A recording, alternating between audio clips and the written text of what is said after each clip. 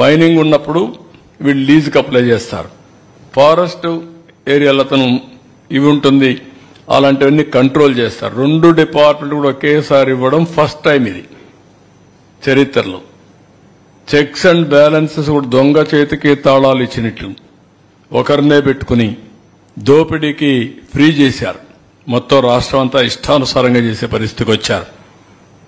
Next, ఇక్కడ మీరు చూస్తే ఎంత భయంకరం అంటే సిలికా, నెల్లూరు జిల్లా లీజ్ హోల్డర్స్ అందరినీ ఫోర్స్ చేసి వాళ్ళు చెప్పిన రేటుకి వీళ్ళు చెప్పిన రేటుకే మొనోపలి ప్రకారం వాళ్ళకే అప్పచెప్పాలి. 20 మంది లీజెస్ ఉంటే వాళ్ళందరూ కూడా ఒక స్లేవ్స్ మారిగా తయారు చేసి వీళ్లకే అమ్మే వ్యవస్థను తీసుకొచ్చారు. బై ఫోర్స్ నువ్వు ఇంతకు ఇవ్వాలి, ఇవ్వకపోతే క్యాన్సిల్ చేస్తాం, వాళ్ళు మొత్తం చేసే పరిస్థితికి వచ్చారు. గ్రనైట్ ఇక్కడ 215 కోట్లు వేశారు ఎంఎస్ఎంఎస్పి గ్రనైట్. వాడు ఇంకా 215 కోట్లు కట్టారు కాబట్టి force to hand over to Vamsadhara mines and granite, YCP MLA Koduru.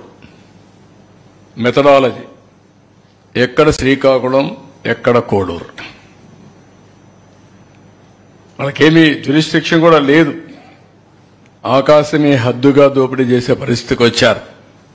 Quartz all lease holders ని ఈ మినరల్ అంతా వీళ్ళకి వాళ్ళని చేశారు, మొనోపలి చేసి. ఇక్కడ బ్లాకింగ్ అన్బ్లాకింగ్ ఆఫ్ లీజెస్ ఇవన్నీ చేసి ఇష్టానుసారంగా ఇక్కడుండే క్వాడ్జ్ అంతా వీళ్లే దోపిడీ చేసే పరిస్థితికి వచ్చారు. లాటరైట్ ఈస్ట్ గోదావరిలో ఉంది. అది బలవంతంగా లీజ్ హోల్డర్స్ ను ఫోర్స్ చేసి వీళ్ళు హ్యాండ్ ఓవర్ చేసుకుని వీళ్లే ఆపరేట్ చేసే పరిస్థితికి వచ్చారు.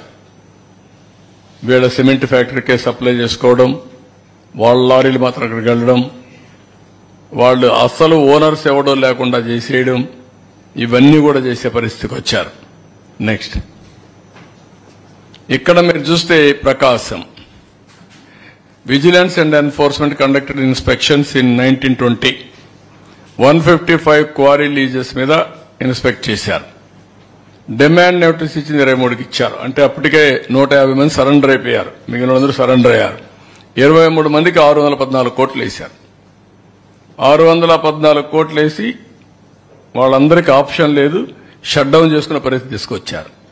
ఆపరేషన్స్ అన్ని మూసేసుకున్న పరిస్థితికి వచ్చారు. ఇంకొక పక్కన మీరు చూస్తే Chittoor district targeted inspections for carried. ఇందులో కూడా black granite leases in Chittoor district 248 కోట్లు పెనాల్టీ వేశారు వెంకటసాయి అండ్ లీజ్ హోల్డర్స్ పైన. వాళ్ళు హైకోర్టు పోయి ఏదో అది అంతవరకు కాపాడుకున్నారు, మళ్ళా కేసులు పెడతారు కాబట్టి అంతవరకు కాపాడుకున్నారు. ఇంకో పక్క సరస్వతి పవర్, వీళ్ళకి మాత్రం వీళ్ళ own factory lime stone lease అయిపోయింది. 5 ఏళ్లలో చేయలేదు, క్యాన్సిల్ చేశాం 2014లో. వీళ్ళు వస్తానే ఏజీ పోయి వాళ్లతో కొల్లుడై ఆర్గ్యుమెంట్స్ లో మేనేజ్ చేసి మళ్ళా రివైవ్ చేశారు. ఆ క్యాన్సిలేషన్ ఆర్డర్ని రివైవ్ చేసుకున్నారు సొంతానికి మాత్రం. మీకు మాత్రం సొంతానికి మాత్రం రివైవ్ చేసుకోవాలి, బయట వాడు ఎవడో ఆపరేట్ చేయడానికి వీలు లేదు. This is the operations they have done. ఇంకొక పక్క ఈశ్వరాపురం కాలర్ గ్రనైట్ చిత్తూరులో జూన్ 21. ఇవన్నీ కూడా మీరు చూస్తే 5 అప్లికేషన్స్ ఇష్టానుసారంగా ఓవర్లుక్ చేసి ప్రియారిటీ అన్ని మంత్రికి కావాలి. 28 అర్లియర్ అప్లికేషన్స్ అన్ని వైలేట్ చేసి మంత్రికి కావలసిన వాళ్ళకి వాళ్ళ బంధువులకు వాళ్ళకి లైసెన్స్ ఇచ్చేశాడు, లీజులు ఇచ్చుకునే పరిస్థితికి వచ్చారు. అంటే 1-2 కాదు, ఏది చూసినా వైలేషన్, దౌర్జన్యం. కడా నాలాంటి వాడిని బయట రానియకుండా చేస్తా అన్నప్పుడు మామూలు వాళ్ళు వీళ్ళకి ఒక లెక్క కూడా కాదు. అలాంటి దుర్మార్గమైన కార్యక్రమాలు చేశారు. నా కాన్స్టిట్యున్సీలో చేశారు. కడాను నా కాన్స్టిట్యున్సీకి వెళితే నన్నే క్వారీ దగ్గరికి పోనీయకుండా ఉంటే బలవంతంగా నేను సర్ప్రైజ్ గా చెప్పకుండా నేను క్వారీ దగ్గరికి వెళ్లి డెమాన్స్ట్రేట్ చేశాను. కేజీఎఫ్ మైనింగ్ మరిగాని ఇక్కడ మైనింగ్ చేసే పరిస్థితికి వచ్చారు. అవన్నీ చూపించాను. అంటే 3 ఏళ్లలో పెద్ద ఎత్తున లూటీ చేస్తే అది ఆపడానికి నాకు దేవుడు కనపడ్డాడు. నేను లెటర్ రాస్తే పట్టించుకోరు, then I have to write letters continuously. మా వాళ్ళ పంపించాలంటే భయం, మా వాళ్ళకి కొడతారు, కేసులు మా మీద పెడతారు మళ్ళీ. అంటే ప్రభుత్వ ఆస్తుల్ని కాపాడడానికి ఎన్ని విధాల అవస్థపడ్డామో అన్ని విధాల అవస్థపడ్డాం. అయినా కూడా కోఆపరేషన్ రాలేదు, దోపిడీ మాత్రం ఆగలేదు.